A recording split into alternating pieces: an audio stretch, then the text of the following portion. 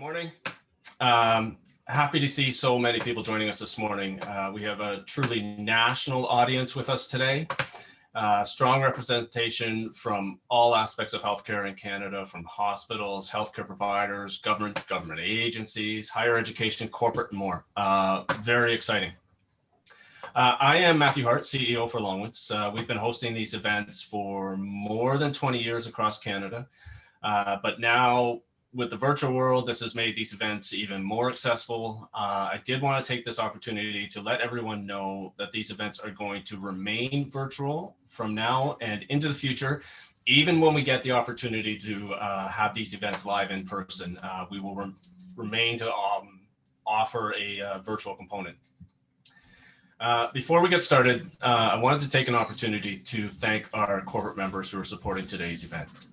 From Abbott, Jill Simon, from Everbridge, Paul Pollock, from Cerner, Jim Shave is online, from Healthcare Excellence Canada, Graham Wilkes is here, from Health Pro, Mark Mohammed is here, from HIROC, former speaker, Catherine Galton is online.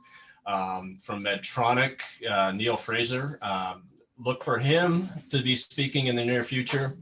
From Roche, Frederic Laroche, from Workday, and Kit Dio. So the support from these organizations is invaluable. I also, last couple of points here, if you do have any questions, please ask them in the Q&A box located at the bottom of the screen, and we'll do the best we can to address as many of them as possible at the end of the presentation. But as everybody knows, we are limited on time. Don't forget to tweet, just in case. Dr. Yu's account is at Dr.U_Verna. So here we go. Please enjoy your coffee and your morning with Dr. Verna Yu. Dr. Verna, it is yours. Great. Thanks very much, Matt. And good morning to everyone. A pleasure to join you this morning. And I want to just thank Matt and Longwoods Publishing, as well as all the sponsors mentioned, for this opportunity to speak with you today.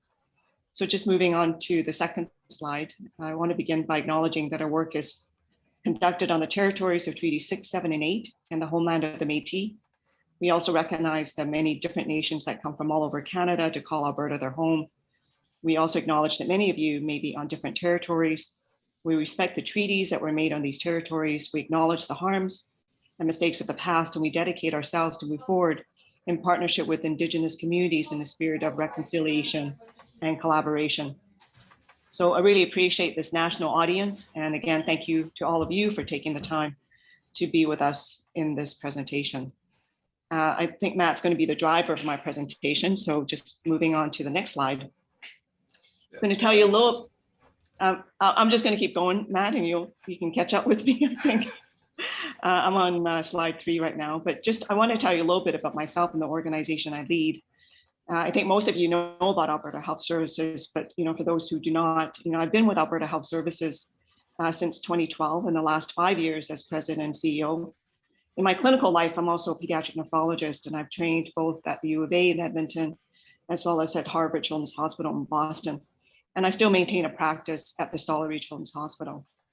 Now, I can say it's really important for me to stay connected to the front lines, and while that's true, and the fact that I care for children and youth with kidneys and with kidney diseases and their families, it's really because I love to do that. And that's why I went into healthcare. In fact, I wanted to be a pediatrician at the age of 12 for some weird reason, but it's what I've always wanted to do for my career, and I consider it more than just a profession. But I'm also immensely proud to be leading an organization called Alberta Health Services. So the next slide really shows you, what we are. We are Canada's first and largest province-wide healthcare system. As you know, most provinces in Alberta deliver healthcare through a different model, through multiple autonomous regional health authorities providing healthcare services in a specific part of the province, all reporting to the provincial government. We've been one since 2009, when our 9 health regions and 3 government agencies were merged into one health system.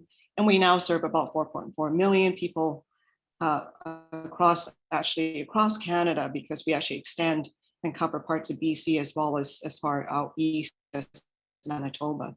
The formation of AHS was widely considered the largest public merger in Canadian history. We have an organization with more than 100,000 employees, 10,000 plus physicians and about 15,000 volunteers. We have over 100 hospitals, 8,500 acute care beds, more than 27,000 continuing care spaces, and an annual budget of over $15 billion. And with these resources, you can see all the different types of services that we have that really spans the entire continuum of care. Furthermore, we've also integrated lab services into our health system operations through a wholly owned subsidiary called Alberta Precision Labs. Just moving on to the next slide. You know, we still have a lot of integration work ahead of us, but I'm really proud of how far we've come in a decade. We were named one of the world's top 5 most integrated healthcare systems in the world at the 18th International Congress of Integrated Medicine in the Netherlands a few years ago. And at that event, healthcare leaders from more than 40 countries recognized that AHS teams worked exceptionally well together, as well as with many partners and stakeholders. And this is a really welcome recognition from the international community. But as I mentioned, healthcare integration remains an ongoing work for AHS. And it's really key for us for advancing our foundational strategies that is the core of our health and business plan. So moving on to the next slide, the quadruple aim, which is based really on the balanced scorecard, means that everything that we do at AHS needs to improve patient family experiences, improve patient population health outcomes, improve the experience and safety of our people, and obviously improve financial health and value for money. So integration is also embedded in the 5 streams of work within our organization's 10-year vision. So the next slide sort of goes over the next decade, what we're looking to do. We're looking to fully leverage technology and innovation, placing a very strong focus on community-based addictions mental health services, enhance the integration of primary care, offer more community-based care, and really empower Albertans to take greater responsibility for their health and use of the health system. Because fundamentally, at the end of the day, healthcare is really the accountability of everybody. Everybody has to take ownership and be part of the solution. We've made gradual progress on all 5 of these streams before the pandemic. And over the past 14 months, there's been accelerated growth in all 5 of these areas. And it's really been driven by the necessity. And I know that COVID-19 has put immense stress on health system across the world, Alberta included. And this pandemic, in my words, has really been relentless for all of us. Just moving on to the next slide. You know, the benefits of integration was really apparent for us in the very early days of the pandemic. You know, we were able to really not only meet with our daily demands and challenges, we were able to actually collect and analyze data to really make evidence-informed decisions and policies that we can enact on province-wide quickly for the benefit of everyone. And as I mentioned, it really was critical for us very, very early days in the pandemic. So moving on to the next slide, for example, you know, when we were thinking about procurement and supplies, and that was a big issue at the beginning of the pandemic, we actually started that planning months before we got our first case in Alberta on March the 5th. We had been looking at our data. We knew that the pandemic was coming globally. It was going to hit Alberta at some point, and we knew that it was going to be a big strain on especially our supplies for PPE. Our team worked with our data and analytics portfolio to monitor stockpiles of PPE. We knew exactly how many masks we were using every single day in the province, and we knew that we had to up the inventory in order to supply the demand. And so we actually developed models that actually allowed us to predict what we felt were going to be our usage based on the different scenarios, whether it was low scenario or whether it was the high scenario. We always wanted to make sure that we were ahead of the game when it came to supplies. And operating as a single health system, the province enabled us to move resources to areas of urgent need, such as other areas, including COVID testing, contact tracing, and vaccinations. The next slide really shows what we were able to do when it came to lab testing. At the start of the pandemic, we were performing about 35 COVID tests per day, but we were quickly able to ramp up testing to a point where we are actually able to do more than 22,000 tests per day. Overall, we've been able to complete more than 4 million tests on 2 million people. This includes more than 100,000 rapid tests completed since last December to screen workers in our long-term care and supportive living facilities, as well as schools and other areas of risk of transmission. And in fact, we've now gone to more than a million of these rapid tests that have been distributed to these areas. Our next slide shows how our integrated lab services played a large role in this, as did our ability to redeploy staff to establish and operate more than 70 assessment centers across the province that could manage mass COVID testing. It's one thing to be able to do 22,000 tests in a lab setting, but it's another to say that we actually had to do 22,000 swabs throughout the province. Similarly, we started the pandemic with 50 contact tracers, that's 50. But by redeploying human and financial resources, our contact tracing team has now expanded 50-fold, and we now have over 2,500 people. And we're able to investigate based on different service models, different staffing models, up to about 4,900 cases per day. We're also ramping up our immunization efforts, including the establishment of rapid flow clinics in many of our cities. Lately, we have been immunizing along with pharmacies and physician offices of up to 40,000 people per day. So we have the supplies in place. We are actually able to immunize all of Albertans who want to be immunized within this matter of weeks. To date, about a third of all adult Albertans have received at least one dose of a COVID-19 vaccine, and more Albertans are going to become more eligible over this next week.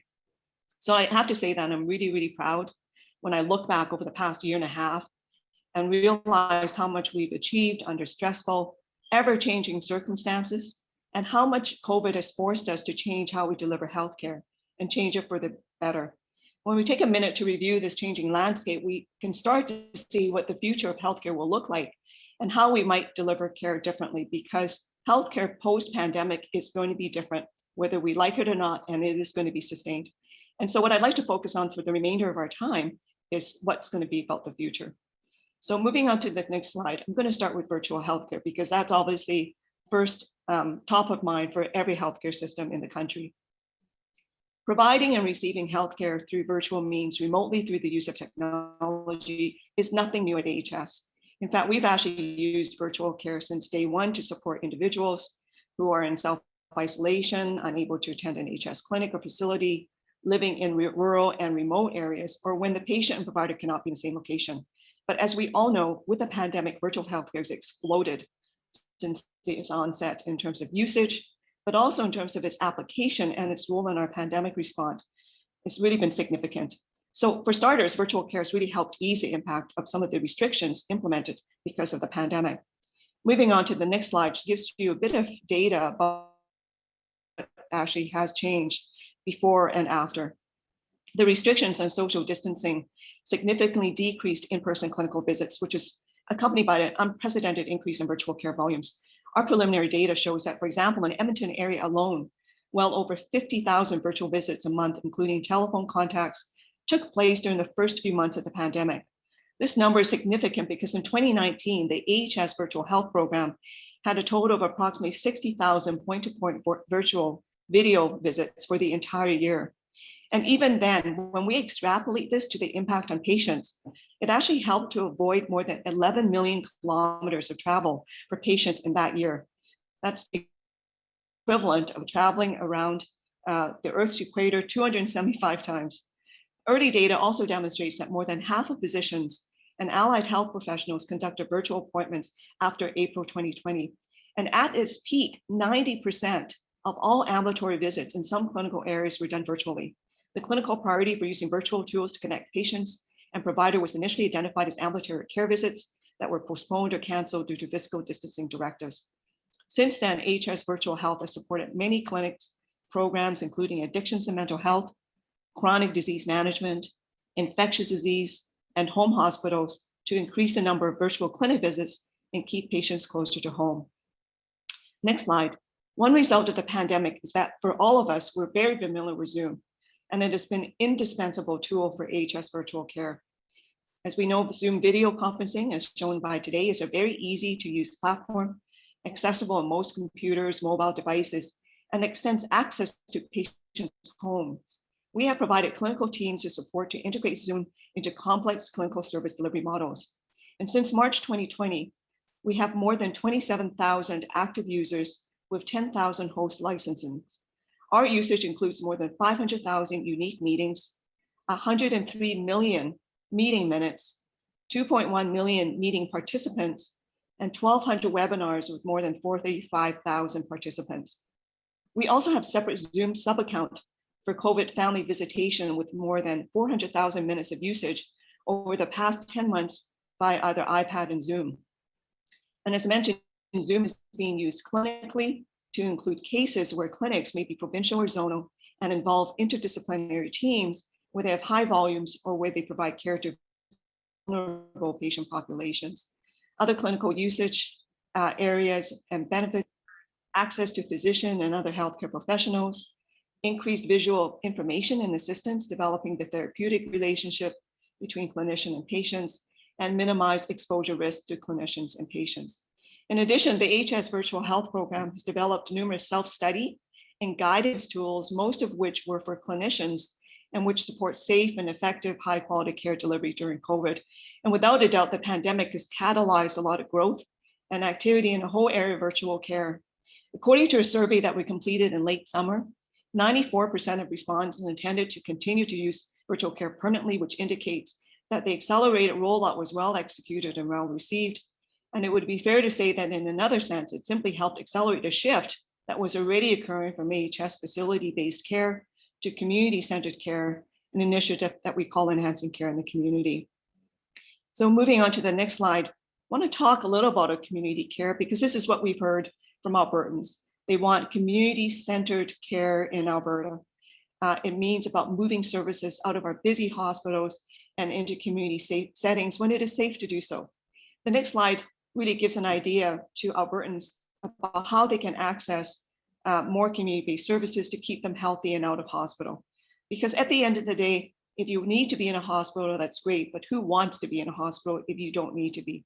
We can get them home sooner because there'll be more support to them near where they live. The concept is not new or unique, and we know that many of you in health systems across Canada and the world are really shifting the focus to deliver more care to people in their communities.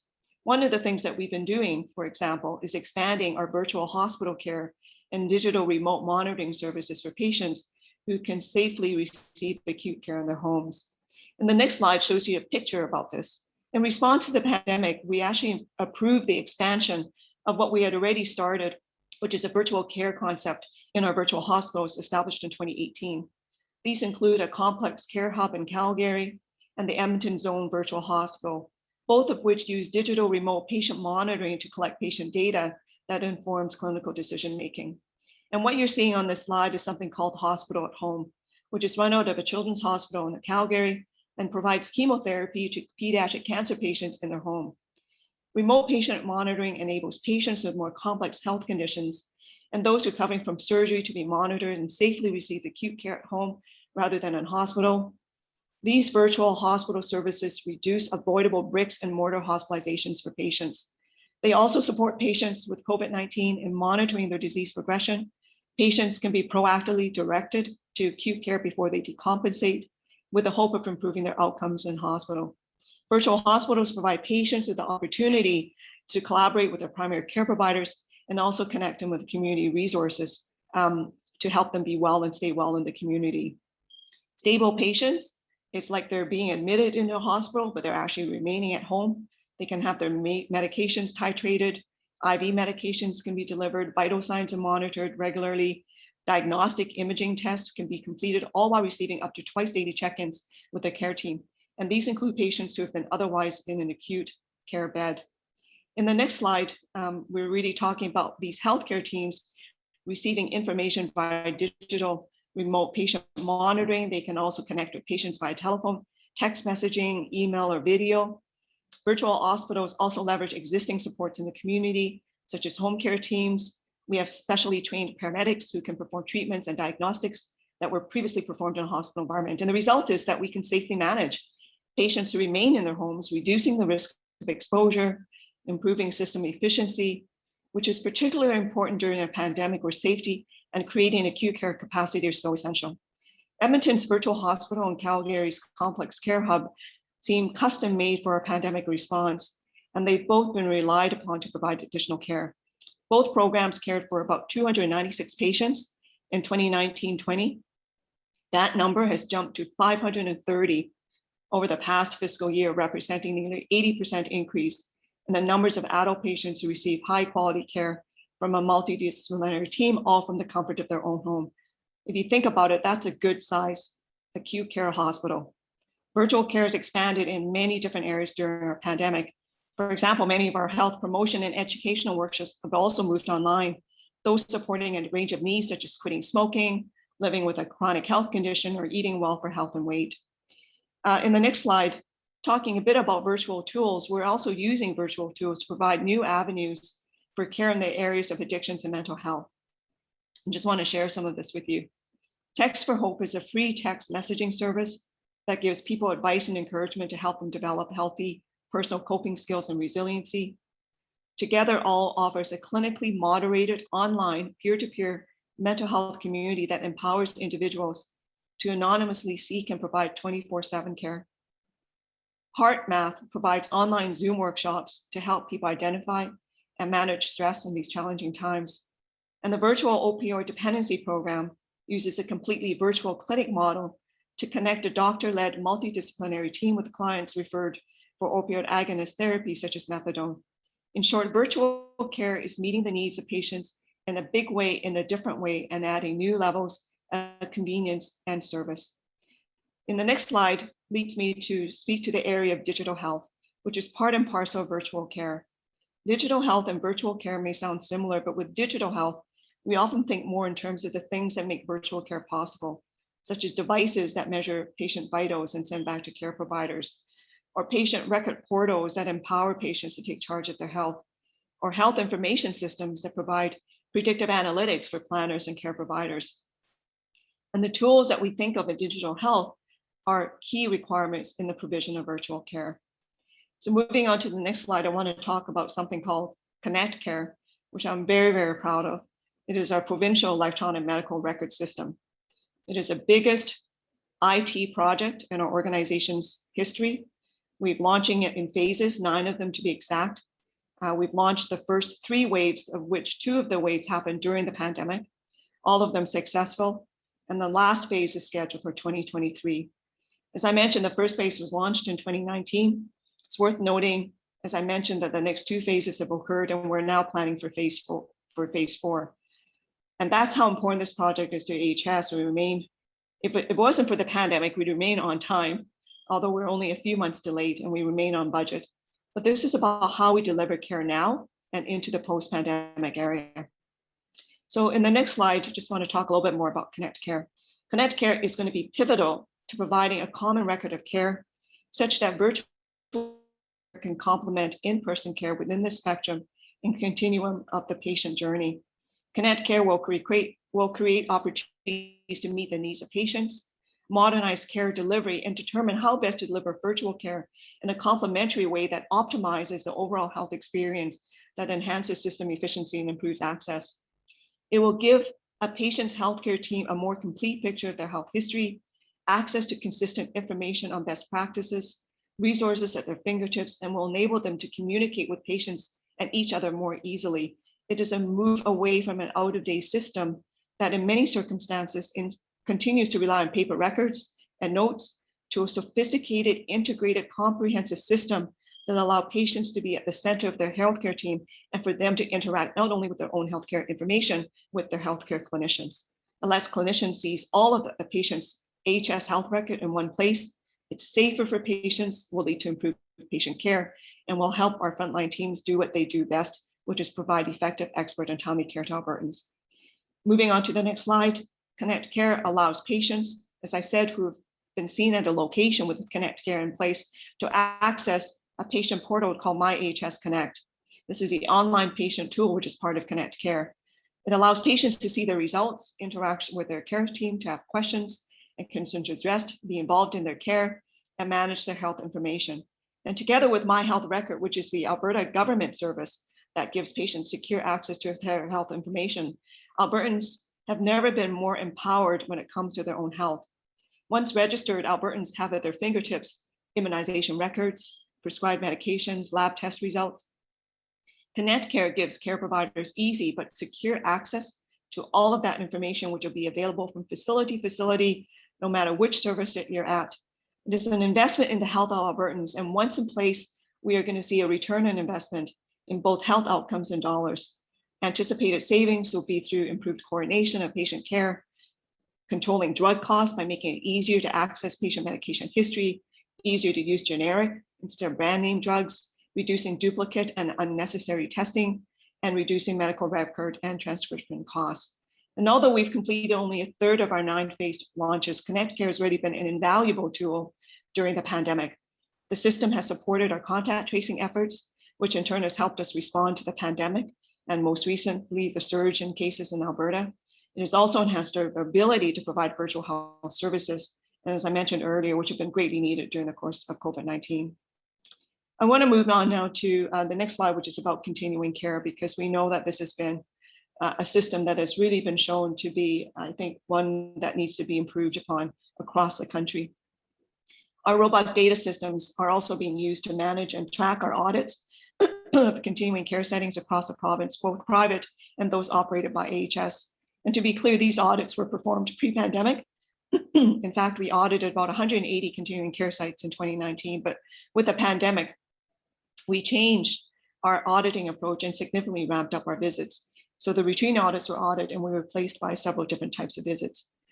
Going to the next slide, our Safe, Healthy Environments team performed COVID-19 readiness visits with all continuing care sites starting in early May of 2020 and were completed as a blitz the following month.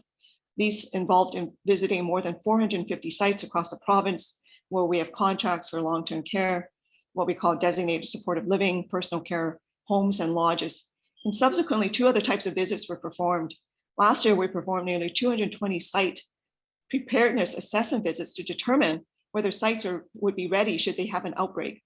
We also developed a risk assessment for these sites, so that if the risk assessment showed a site is at moderate or high risk of not being well prepared for an outbreak, then they were put on the list for a quality monitoring visit. These are more in-depth site reviews that focus not only on pandemic-related considerations, such as infection prevention and control, but also quality of care. These quality monitoring visits were triggered by a variety of factors, including a site having an outbreak, but also by complaints or other mechanisms where a site can be flagged. And we completed 706 of these visits last fiscal year. We're continuing with the same approach for this year, although thank goodness we're seeing less transmission in continuing care due in part to the full immunization of those in those settings and other measures that we've put in place as part of our comprehensive strategy to protect this most vulnerable population. The next slide shows a bit about the strategy, and the strategy that we have developed also involves setting up guidance for sites on how to recognize symptoms that might be suggestive of COVID-19, providing guidance on what sort of PPE to use under which circumstances and how to manage physical distancing. And again, working with the sites to establish visitation measures and then working with our health foundations to support virtual methods for families to spend time with their loved ones. We've also set up a toll-free number 24/7 that continuing care facilities can actually call in to report a resident who's showing symptoms of influenza or COVID-like symptoms. This activates a coordinated COVID-19 response team focused on minimizing spread and providing additional support to the site, including protocols, staffing, resident assessments, required PPE, and rapid tracing and testing of close contacts where required. Again, the introduction of these new services and expansion of existing ones came together within days and weeks of the first COVID-19 case in Alberta, and provides further evidence that with focus and urgency, health systems and even large systems like us can manage effectively evidence-informed change quickly and nimbly. The next area I want to just comment a bit about is wait times, because we know that the burden from the pandemic is that wait times are going to be getting worse and worse. And for all of us, we've had to postpone, rebook surgeries and other areas of chronic disease management, and that there is going to be a pent-up demand for not just surgeries, but also diagnostic services.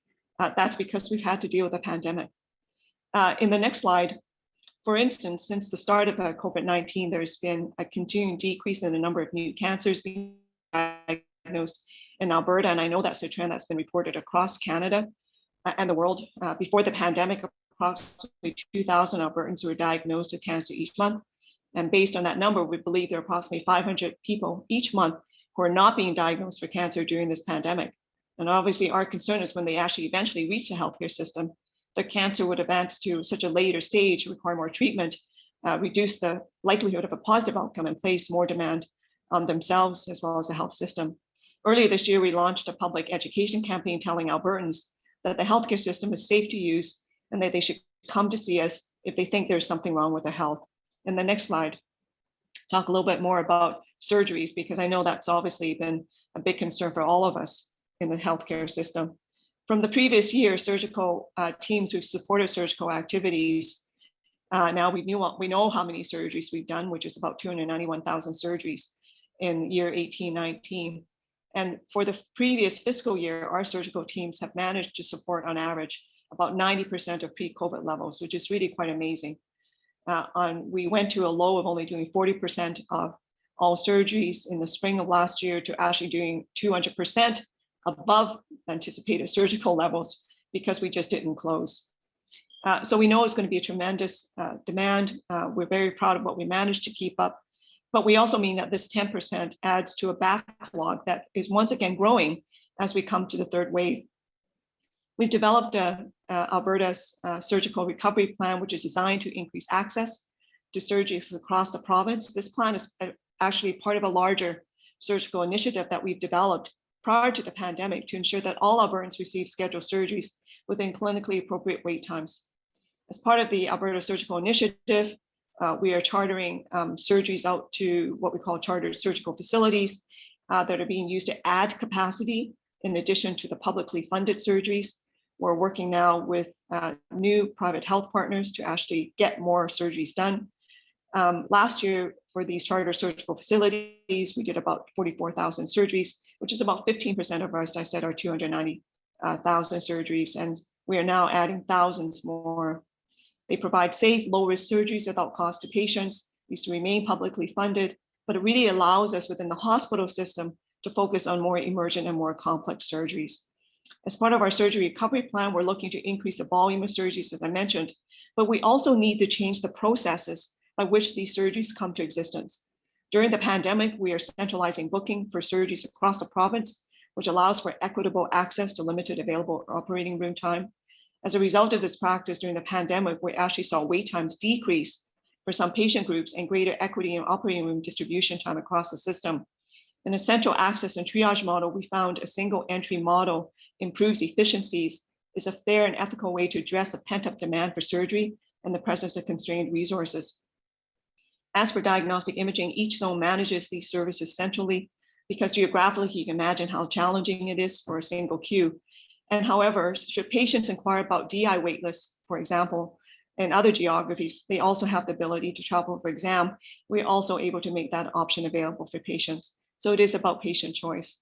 Additional work is underway on utilizations of exams with a goal that wait times within each zone are essentially the same throughout the province. We're also able to manage these patients' queues more effectively as Connect Care becomes more integrated into our day-to-day work. And we believe the time is right to move to a central intake and triage for many services, not just surgery and diagnostic imaging, but post-pandemic as well. And in our experience, this approach provides, as I mentioned, equity, consistency, appropriateness of interventions, and allows for comparability of outcomes, provides better value and help us reduce wait times for services that were de-accelerated during the pandemic. So I'm coming to the end. In conclusion, next slide, maybe it's just the way that we're wired, but when we think about the pandemic and all the loss that we've experienced, all the illness, the isolation, the sorrow, the stresses, I really want to know that there's been something good that's come out, something tangible and sustainable that will come out of this pandemic. It's not a silver lining, it's not a rainbow, just something good. I have to say that I've never been so proud of Alberta Health Services and how we responded to the global health crisis. We followed the evidence, we've acted quickly and nimbly, and I believe that as a learning healthcare organization, we can take the innovations and quality improvements developed during this crisis and applying them in a post-pandemic era. And this is not just true of Alberta Health Services, but I'm sure for all of you that work in healthcare systems. We've all been stress tested. We've all been pushed to our limits. We've all had our plans and assumptions challenged, sometimes on a daily, even an hourly basis. And if we've assessed how we've performed and do so honestly, we can emerge from this time with better ways to deliver care that deliver improved outcomes, patient experiences more efficiently and more cost effectively. And I hope that many years from now, when we look back at this terrible time, we don't just think about the loss of life and the societal toll that's taken, although the scope of all of that is unimaginable. But I hope we can recognize the heroism of our teams and our people, the sacrifices that they've made, how they rose to the challenge of the pandemic, but also how they laid the groundwork for creating healthcare system truly designed for the 21st century and did so during a time of immense upheaval and anxiety. How these changes conceived and implemented during a time of crisis simply became a better way of doing things once the crisis subsided. If that happens, and I think it will, and I know it will, Canadians will all have something good and lasting that comes out of this horrific pandemic. So last slide, just thank you for your time, your attention. Hope we'll have lots of time for questions. Please know that, because I've really been focused on Alberta's response to the pandemic, I'm looking forward to hearing from many of you from across Canada about your experiences and observations. Happy to hear the comments, take your questions, and thank you so much for your attention.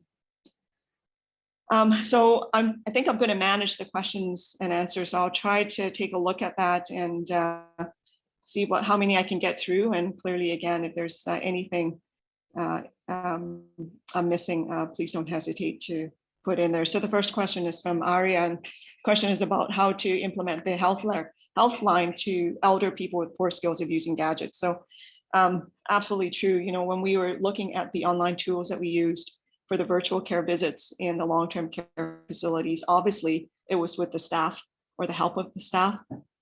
Many of the elderly residents obviously are not able to go online to do that. So it was actually with assistance in doing that. In terms of other help for the staff, for the ones that have been in acute care hospitals, again, similar things, we would get our staff actually to help them if they were unable to do so on their own. So that's how, so at the end of the day, they do need help. And not everybody was able to take up on the virtual care aspects, for sure. And there is a gap. And it's not just actually for this elderly, but if you think about some of the more vulnerable populations who may not have access to online tools, or if you think about our homeless populations, again, there are gaps in the system, and we're hopefully trying to do more of that, but they do need assistance. In terms of the funding model for individual healthcare providers to sign up, so for Zoom AHS, we just bought the additional licenses, so there is no cost to the users of the AHS Zoom system as long as you're within AHS. If you're an AHS physician that provides care in our facilities, then you do have complete access and there is no cost to them. There actually was built in a virtual care fee-for-service code for physicians, and so that actually has been now made permanent amongst physician compensation codes. So that was a model that was used, but for all other technology, Alberta Health Services has been funding that. The other question is about the AHS rollout. Is there any evidence of improvement in patient outcomes in terms of hospitalizations and medical errors? I would say that, so I'm assuming that this question is related to since AHS was formed back in 2009.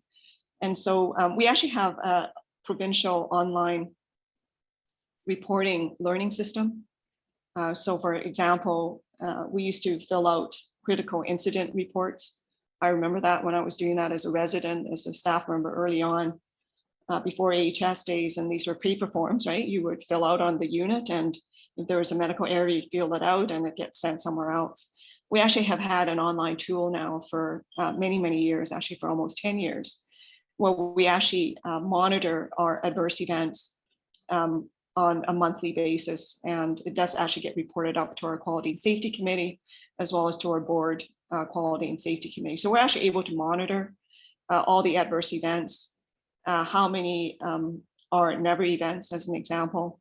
And so one of the things, though, is that because these are voluntary, does having more reports mean that the system is getting worse?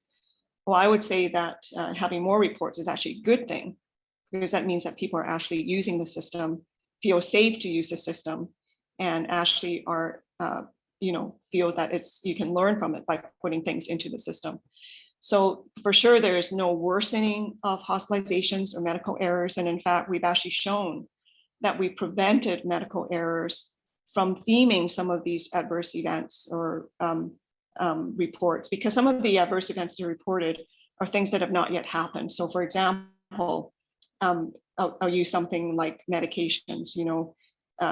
Reports may be put into the system that highlights that one medication is now being packaged very similarly to another one. And one of them actually turned out to be epinephrine. Several reports are put into our online reporting system. We pulled that out. We actually were able to pull out, oh, well, this actually doesn't look good. We actually developed a safety report from that. We actually notified the manufacturer. We actually put out notices for our teams, and we actually prevented errors from happening. So I think that if anything, our learning system that we put in for reporting America errors will actually make things better for us. Connect Care is going to be really fundamental for us to be able to look at clinical outcomes. And so once we roll out Connect Care completely in the system, we are now going to have an ability to be able to use all of the clinical information, link it to with clinical outcomes, and really have a very strong ability to have data that is going to be much more meaningful to help inform how we actually make decisions. Next question is about, Alberta having high COVID positivity rate in terms of high contact tracing. Well, I'm not sure if I can answer that from, I think from an Albertan perspective. I think part of the challenge for us right now is really related to some social gatherings. The two areas with the biggest case rate right now is in Fort McMurray, where we actually have a lot of work camps. We have a lot of people that fly in from out of the country. And so we do have spread amongst the work camps, and we're working quite closely with the work camps right now to help them reduce the spread, as well as having targeted immunization program for them. The other area that's actually quite high is in Banff. And everybody in Canada knows Banff, but again, Banff, we get a lot of visitors. And so again, we think that we've, and also it's a very transient population. It's a young population. And same for Fort McMurray. It's a relatively young population. And really our vaccine rollout, we're just getting to that younger age group right now. Although, as I said, we're actually doing specific campaigns out for that group. And, I have to say that, we have a faction of Albertans who are not complying with, our chief medical officer of health orders. And, those orders work. It's about masking, it's about physical distancing, it's about reducing your social interactions and limiting the gatherings. And, people complied. I don't think we would be in the state that we are right now. The backlog to plan capacity, there's a lot of unknown demand about patients not seeking primary care, and absolutely true. We're actually doing, one of the really great things that we developed during the pandemic is we set up something called a scientific advisory group. It's actually co-led by our associate chief medical officer who leads our strategic clinical network, as well as one of our academic clinicians from the University of Alberta. And this scientific advisory group has been doing incredible reviews for us based on the latest evidence. I mean, evidence is changing almost on a daily basis. So when we have questions, for example, use of N95s amongst, non-aerosolized, settings, we're getting a lot of pressure about, expanding the use of N95s. And so, this group, looked at the evidence, came out with the evidence, and we use that to inform our decisions.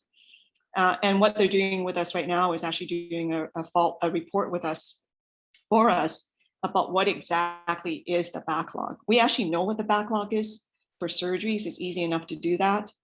We had, for example, in Alberta, we had we are challenged with our wait list, no question about that. Pre-pandemic, it was about 68,000 people we had on the wait list. About 50% of it were actually in window, 50% out of window. At the peak of, I think, one of the waves, we went up to as high as 77,000.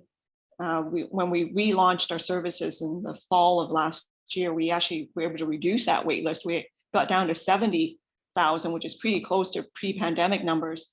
And now with wave 3, we've actually gone up again. So surgery, we have a good sense of the backlog. I think your point about primary care, chronic disease, which is we're very concerned about, cancer, we can guesstimate against the backlog, but all of that is things that we know that we need to sort of prepare for. We know the ED visits, for example, we actually have a good sense of what's been missing in ED. What we've seen in the reduction in the emergency room is really around sort of primarily the C task 4s and 5s have actually stopped coming. They're probably going to their primary care physician, or they're not coming at all. And the reality is that that's okay, the C task 4s and 5s. And the C task 1s and 2s are the ones that we don't want to avoid the emergency room. And we do know, based on some of the cardiac outcomes data, that that they're not doing as well, right? So they're less likely to come in. They delay their time, so the outcomes for myocardial infarctions are not as good during the pandemic era. And then let's not forget about the opioid crisis that we have across the country and the devastation that's had during the pandemic. We've had almost double the amount of opioid deaths in Alberta over the last year as opposed to the year before. And so that is another area that we're very, very concerned about. In terms of new financial models to supporting our quadruple aim, one of the things that we did a few years ago was really look at, really get down to the nitty gritty about why is Alberta more expensive, right? I mean, everybody talks about Alberta's healthcare being the most expensive, and then there'll be comments about mediocre outcomes and why are we paying for all of this? Well, the reality is that 70% of our costs are fixed costs. They're labor costs. We are a people business. And we all know for decades, Alberta was a really good place to come to. Financially, we are seen as paying the most, not just in healthcare, but in every other jurisdiction. And so if you think about that, fixed costs of, labor costs, when we looked at the remaining 30%, there's other things that Albertans have, previous Albertan governments have invested in. We as an Albertan, we've put more money into healthcare. We provide more care. There are things that we pay for in Alberta that other provinces don't fund. We have more care hours. As I said, the bundle of care that we provide is more. We have more teaching hospitals compared to other jurisdictions. Teaching hospitals are more expensive to run. And so when we look at the actual things that we have levers to actually maneuver and change, one of the big initiatives that we've done is called operational best practices. It's essentially benchmarking ourselves, not just internally within the province, but also externally with like hospitals. So we've benchmarked ourselves. So for example, the University of Alberta Hospital, which is a quaternary hospital, we've benchmarked ourselves against other hospitals like UHN and, in Toronto, or, Vancouver General, perhaps in Vancouver. So we benchmark ourselves against other like hospitals and looked at the worked hours, some of the other programs, and said, what is it that we can reduce what's our quartile in our hospitals in terms of the units of work, and the additional services, and what can we manage to bring down, making sure that quality of care is always maintained, right? Fundamentally, quality and safe care is never ever jeopardized for this. And so OBP we rolled out back in about 2016, and the EY review, we had an AHS review when the UCP government came in place, and the EY review, the Ernst & Young group, this is what they tell many other jurisdictions to do when they go in, and they were really quite impressed with how far advanced we are. And just to let everybody know that since 2016, when we started this work, we've saved about $220 million in the system. We don't broadcast this. There's been no job losses as a result of this. It's fundamentally trying to benchmark and get us down to lower hours of care. And actually, there was quite a lot of significant savings also within our procurement and the way that we manage our inventory and supplies. So hopefully answers some of that about the new financial models. But I would say COVID is going to actually get us to new service models of care also. So it's not just about financial models. I fundamentally believe that the way that we provide care is actually going to be different, and that actually is going to influence our financials going forward. I don't know, Matt, how much more time do I have going through questions? That's it. We're done. So just very quickly then, there were a fair number of questions that we didn't get an opportunity to address today. I will take the questions and the comments and I will forward them to Verna and her team, and then we'll see what other opportunities we may have to address those in the future. It is so important for us to learn from each other, share our knowledge, and have regular discussions. So I can't thank you enough for joining us this morning. I really appreciate that. This would be the time that everybody would be applauding, but hopefully they are online. Our next event should be available for registration in the next week or so. We will be joined by Jennifer Zellner, the President and CEO for Healthcare Excellence Canada. Other than that, everybody have a fantastic rest of your day. Take care and enjoy. Bye-bye. Thank you.